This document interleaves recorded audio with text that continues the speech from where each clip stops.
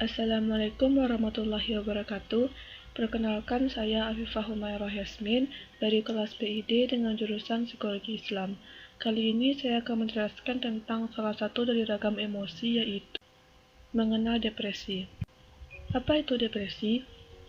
Apakah depresi hanyalah permasalahan psikologis, krisis eksistensial, krisis spiritual, duka mendalam, atau gangguan pada otak?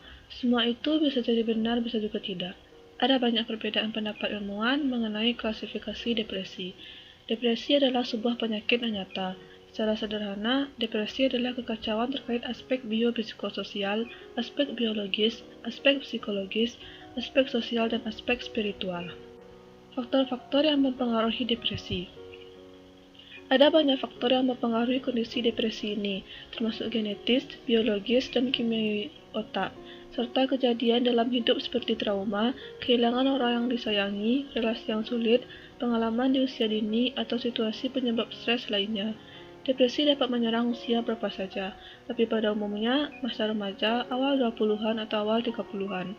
Dan faktanya, kecemasan yang tinggi pada anak-anak menyebabkan risiko yang tinggi untuk depresi di masa dewasa.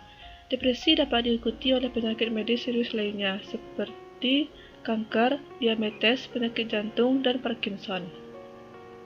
Sampai sekarang ini, penelitian tentang depresi masih berlanjut, dan suatu hari nanti akan ada penemuan yang dapat mengarah pada diagnosis dan pengobatan yang lebih baik. Jenis-jenis depresi itu ada 6. Yang pertama, depresi berat. Yang kedua, gangguan depresi jangka panjang. Yang ketiga, depresi psikotik. Yang keempat, depresi pasca melahirkan. Yang kelima, gangguan alam perasaan karena musim. Dan yang terakhir atau yang keenam, gangguan bipolar. Depresi berpengaruh secara berbeda-beda pada masing-masing orang. Maksudnya, tidak setiap orang yang depresi mengalami setiap gejala. Sebagian orang hanya mengalami beberapa gejala saja. Sebagian lagi mengalami banyak gejala. Kadar keparahan dan berapa lama gejala-gejala itu berlangsung tergantung kepada individu dan jenis penyakit yang dialaminya. Gejala-gejala depresi bervariasi tergantung kepada stadium dari penyakitnya. Pada wanita, tidak semua wanita mengalami gejala-gejala yang sama. Namun, wanita dengan depresi biasanya mempunyai gejala kesedihan, merasa tidak berguna, dan merasa bersalah. Depresi lebih umum terjadi pada wanita dibandingkan pada pria. Faktor biologis, reproduksi, hormonal, dan faktor psikososial yang unik hanya pada wanita dapat berkaitan dengan angka depresi yang lebih besar pada wanita. Contohnya, wanita rentan mengalami depresi setelah melahirkan, ketika perubahan fisik, hormonal, dan bertambahnya tanggung jawab pada wanita tersebut, dan perempuan pun menjadi tempat curhat pertama sebelum laki-laki. Pada pria seringkali mengalami depresi secara berbeda jika dibandingkan dengan wanita.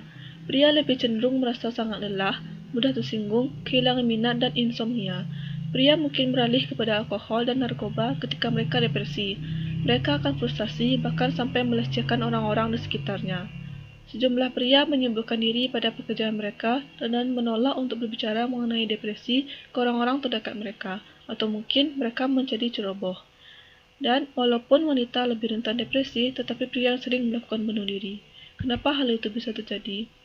Karena ketika kecil, pria sering mendengar kata-kata, "Kalau sering menangis, bukan anak mama, masa anak laki-laki cengeng?" Bagi laki-laki, kata-kata ini sudah sering mereka dengar. Kata ini menjadi gambaran bahwa sejak kecil, banyak laki-laki dididik untuk menghindari emosi. Mereka dididik untuk membenci emosi.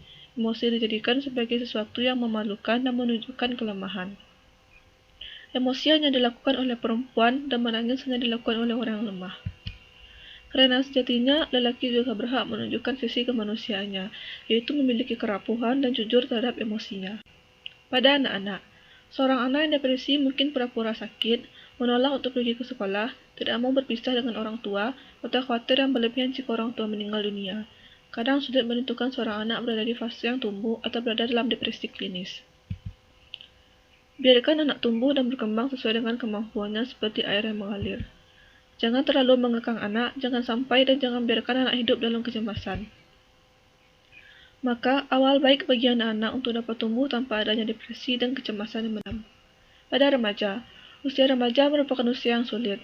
Remaja membentuk identitas terpisah dengan orang tuanya, bergulat dengan masalah baru dan asing yang bermunculan. Anak yang usianya lebih tua atau remaja yang mengalami depresi mungkin punya perasaan yang buruk atau yang sering disebut dengan bad mood, bermasalah di sekolah, menjadi berpandangan negatif dan mudah tersinggung. Remaja dengan depresi mungkin juga mengalami kecemasan, gangguan makan, dan penyalahgunaan zat atau bahkan berada dalam kelompok yang berisiko melakukan bunuh diri. Dan tentunya karena berbagai stereotip yang membuat remaja tidak mau jujur tentang keadaan dirinya. Orang di sekitar mereka berpikir bahwa gejala-gejala depresi hanya bagian dari stres biasa karena sekolah atau menjadi seorang remaja.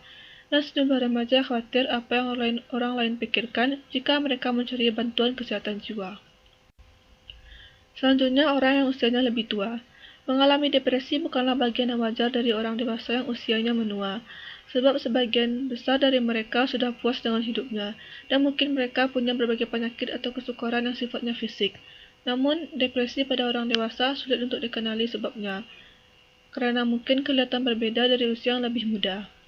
Kadang, orang lanjut usia merasa depresi, kelihatan lelah, punya masalah tidur, atau kelihatan mudah tersulut dan mudah tersinggung, atau mempunyai penyakit medis dan mengkonsumsi obat-obat medis dengan efek samping yang menyumbangkan depresi pada lanjut usia.